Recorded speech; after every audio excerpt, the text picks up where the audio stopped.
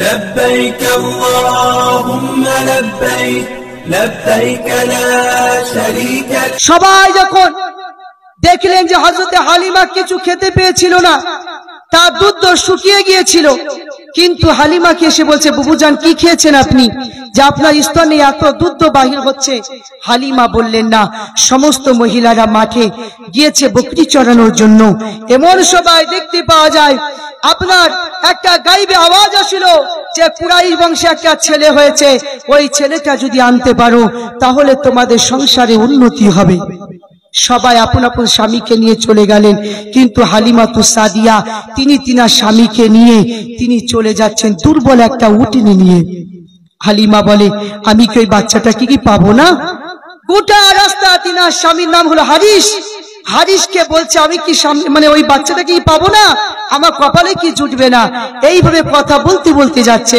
হারিস বলেছিল, বিবি রে, তুমি একটু চুপ করো, গোটা রাস্তা তুমি কথা বলতে বলতে যাবে? তো হালিমাতুস সাদিয়া বলল, আমার স্বামী হলো অত্যন্ত ভালো মানুষ, বেশি কথা আমি বলবো না। আমিনা আল্লাহ রসুলকে নিয়ে ঘরে ভিতরে বসা। আব্দুল মুত্তালিব রাস্তার ধারে দাঁড়িয়ে সাদগোত্রী মহিলা দেখে বলেছিল, ও সাদগোত্রী মহিলারা, তোমরা কি আমার দাদু ভাইকে কি নেবে?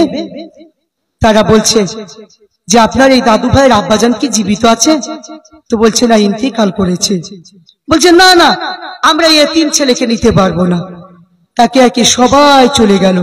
হযরতে আমিনা তিনি ঘরে ভিতর থেকে কাঁদছেন, আর যদি আমার স্বামী যদি জীবিত থাকতো, তাহলে আমার স্বামী জীবিত থাকলে আমার এই বাচ্চাটা কেউ ঘুরিয়ে দিত না। মা আমিনা কান্দে গায়রে, মা আমিনা কান্দে গায়রে, ছেলে কোলে করিয়া, কে বাজাবে আমার সোনা গায়রে, মা আমিনা কান্দে গায়রে, ছেলে কোলে করিয়া, কে বাজাবে আমার সোনার লালকে লইয়া। দাই যখন এলো না ঘরে, শিশু নবী মুস্তাফাকে আদর করে কোলে নিয়ে ফিরে দিল ইয়তিম গরিব বলিয়া, কে বাজাবে আমার সোনার লালকে লইয়া। দেব না দেব না কাউকে, লালন পালন করব আমি নিজে হাতে, থাকিত যদি ছেলের পিতা, দুঃখ যেতাম ভুলিয়া, কে বাজাবে আমার সোনার লালকে লইয়া। মা আমিনা তিনি ঝরঝর করে কাঁদছে। হযরতে হালিমাতুস সাদিয়া রাদিয়াল্লাহু তাআলা আনহা তিনি কোনো বাচ্চা পেলেন না। আব্দুল মুত্তালিবের কাছে আসলেন। আব্দুল মুত্তালিব বলে, ও সাদগোত্রী মহিলা, তুমি কি আমার দাদু ভাইকে কি নেবে? তো বলে, জিজ্ঞাসা করছে আর কি আব্বাজান জীবিত আছে? বলছে, না। তাহলে আমি আমার স্বামীকে একটু জিজ্ঞাসা করে আসি। যেই না চলে গেলেন, তিনার স্বামীকে গিয়ে বলছে, স্বামী যান, আমরা তো কোনো বাচ্চা পেলাম না, তো একটা বাচ্চার মানে সন্ধান পেয়েছি, তার কিন্তু আব্বা জীবিত না, এই বাচ্চাটা কি নেওয়া যাবে? বললো, বিবি হালিমারে, এই বাচ্চাটা যদি আমরা নিয়ে যেতে পারি হয়তো বরকত হতে পারে, যা এই বাচ্চাটাই নিয়ে নাও। ও আমার সোনা মানিকেরা, ও নবী পাকের উম্মত উম্মতিরা, মা হালিমা ছুটে ছুটে ঘরের ভিতরে চলে গেলে, ও বুবু জান আমিনা, আপনার কলিজা টুকরাকে একটু দিন, আপনার কলিজা টুকরা সোনার মানিক আমার কোলে তুলে দিন।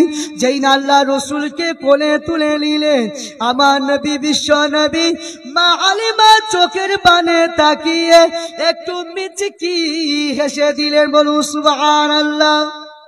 ও যুবকেরা, হালিমা বর্ণনা করলেন, আমার শরীরে একটু ব্যথা হচ্ছিল, আল্লাহ নবীকে যখন কোলে নিলাম, আমার সঙ্গে সঙ্গে ওই ব্যথা যেন দূর হয়ে যায়। ওই বাচ্চাটা নিয়ে চলে গেলেন। তিনার স্বামীকে গিয়ে বলেছিল, ও আমার স্বামী যান, এই বাচ্চাটা হলো বরকত। সঙ্গে সঙ্গে ব্যথা দূর হয়ে যায়।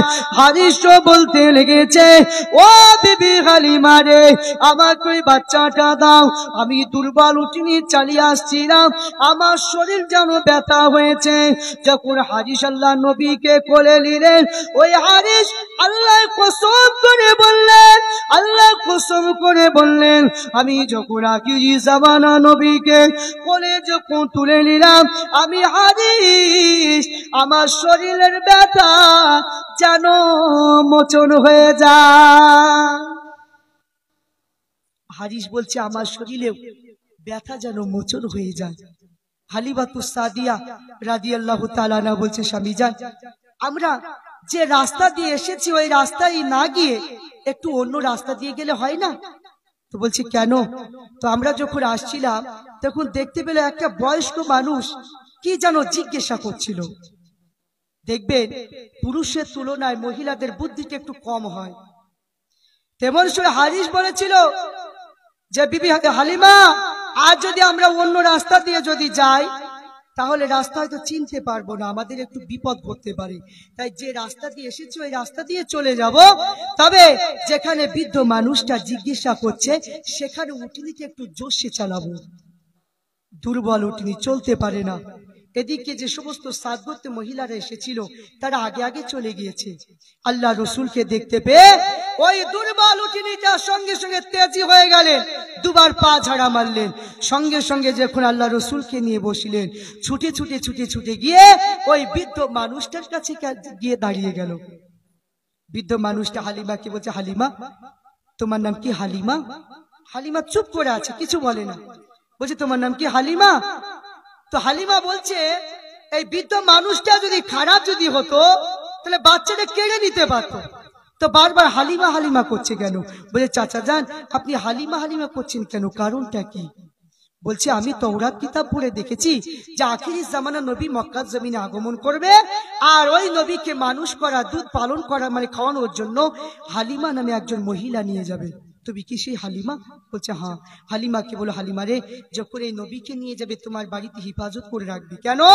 এই বাচ্চাটা যদি ইহুদি খ্রিস্টানরা দেখতে পায় তাহলে আল্লাহ রসুলকে মেরে দেবে। হালিমা বাড়িতে নিয়ে চলে গেলেন। এমন সময় যে উটনিগুলো আগে আগে যাচ্ছিল তাদেরকে ওভারটেক মেরে হালিমা আগে বাড়িতে পৌঁছে গেলেন। হালিমা বলে, আল্লাহ রসুলকে যখন আমি ডান স্তন্য পান করালাম, আল্লাহ রসুল খেলো, বাম স্তন্য যখন মুখ দিতে দিলাম আল্লাহ রসুল খায় না। কেন? আল্লাহ পাক বলে, হাবিব আপনার দুধ আল্লাহ। আল্লাহ রসুলকে নিয়ে হালিমা 2 বছর লালিত পালিত করলেন। এবার ফিরিয়ে দেওয়া পালা। বাড়িতে এত বরকত, চারিদিকে বরকতে পরিপূর্ণ। হালিমা মনটা খারাপ, বাচ্চাটা যদি আর কিছুদিন যদি আমি পেতাম। মক্কায় চলে গেলেন। আমিনাকে বলছে, বুবুজান আপনার কলিজার টুকরাকে নিয়ে নেন।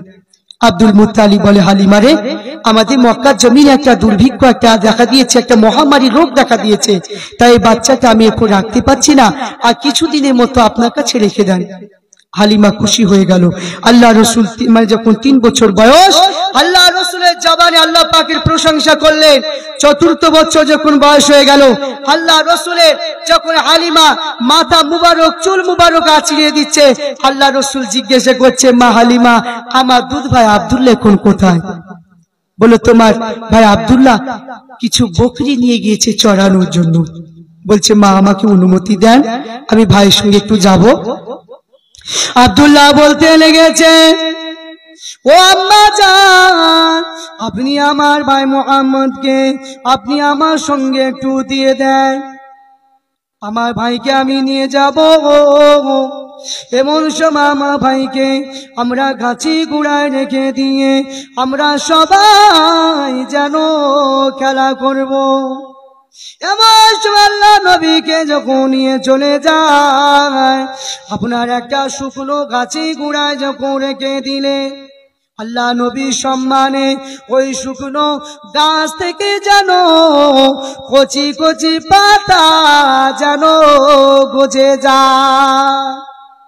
ও সোনা মানিকেরা, যেই নেই কথা হলো আব্দুল্লাহ লক্ষ্য করলেন আল্লাহ রসুল যখন হেঁটে হেঁটে চলে যায়, এমন সময় দেখতে পাওয়া যায় যেন আপনার এক টুকরো মেঘ যেন ছায়া করতে করতে চলে যায়। আব্দুল্লাহ বর্ণনা করতে লেগেছে যেন আপনার দেখতে পাওয়া যায় দুজন ব্যক্তি আল্লাহ রসুলকে নিয়ে যেন চলে যায়। পাহাড়ি কিনারায় যখন নিয়ে চলে যায়, আল্লাহ রসুলকে নিয়ে যখন চলে যায়, হযরত হালিমার কাছে আব্দুল্লাহ গিয়ে ছুটে ছুটে গিয়ে বলেছিল, ও মা হালিমা রে, আমার ভাই মুহাম্মদকে যেন এখন দুটো ব্যক্তি ধরে নিয়ে চলে গিয়েছে আল্লাহ রসুলের জন্য। মা হালিমা ছুটে ছুটে চলে যায়, এদিকে দুইজন ব্যক্তি আল্লাহ রসুলকে পাহাড়ি কিনারা পিণ্ড বাগির করে দিয়ে জমজমের পানি দিয়ে দৌত করে দিলেন। ও যুবকেরা, আল্লাহ রসুল আসমানের দিকে তাকিয়ে কি যেন ভাবতে লেগেছে। মা হালিমাতু সাদিয়া বলেছিল, ও বাবা মুহাম্মদ, তুমি কি কিছু দেখে ভয় করেছ? বলল, না, কিছু দেখে ভয় করি না। আল্লাহ রসুলকে নিয়ে যখন চলে আসলেন, এমন সময় হালিমা বললে, আমি আমার মুহাম্মদকে আর আমি যেতে দেব না। আল্লাহ রসুলকে তিনি আর তিনার ভাইয়ের সঙ্গে যেতে দিলেন না। আল্লাহ রসুল আমার যে বকরিটাকে বেশি ভালোবাসতেন, সেই বকরিটা আপনার জঙ্গলের বাঘেরা তারা যুক্তি করে নিয়ে চলে গেলেন। এমন সময় আব্দুল্লাহ ছুটে ছুটে এসে বলেছিল, মা হালিমা, আজ যদি আমার ভাইকে যদি নিয়ে যেতাম তাহলে জঙ্গলে বাঘেরা আমার ভাইকে খেয়ে ফেলতো। যখনই আল্লাহ রসুল বললেন যে মা আমাকে অনুমতি দেন, আমি জঙ্গলে বাঘের কাছ থেকে আমার যে বকরিটা আমি বেশি ভালোবাসি সেই বকরিটা নিয়ে চলে আসব। আল্লাহ রসুল আমার যখনই চলে গেলেন জঙ্গলে বাঘে, আল্লাহ রসুলকে সালাম দিলেন। জঙ্গলে বাঘেদের জন্য আল্লাহ রসুল বলে, আমার বকরিটা কেন তোরা নিয়েছিলি বল? বলছে, হুজুর, আপনাকে না দেখতে পেয়ে আমাদের মনটা খারাপ হয়েছিল, এই জন্য নিয়ে গিয়েছিলাম, কিন্তু আপনার বকরি কোনো ক্ষতি হয়নি। দেশেতে ভালো লাগে না, যাব সোনার মদিনা। দেশেতে ভালো লাগে না, যাব সোনার মদিনা। নবীজি নূরের তৈরি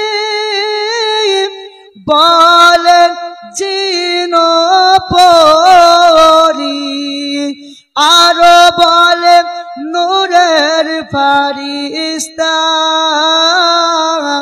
সালাম পাঠান রব্বানা। নবীজি জঙ্গলে গেলে পশুরা নবীজিকে বলে, তোমাকে না পেলে দয়া আমাদেরও ভালো লাগে মদিনা। নবীজি নামাজ পড়ে কাফেরেরা পাথর মারে, তবুও দয়ার নবীজি ওহু করে না। আমার বাবা জীবন ভাইরা, আপনাদের সম্মুখে বক্তা সাহেব আসছেন, তাই আমি আমার বক্তব্য লম্বা চড়া করছি না।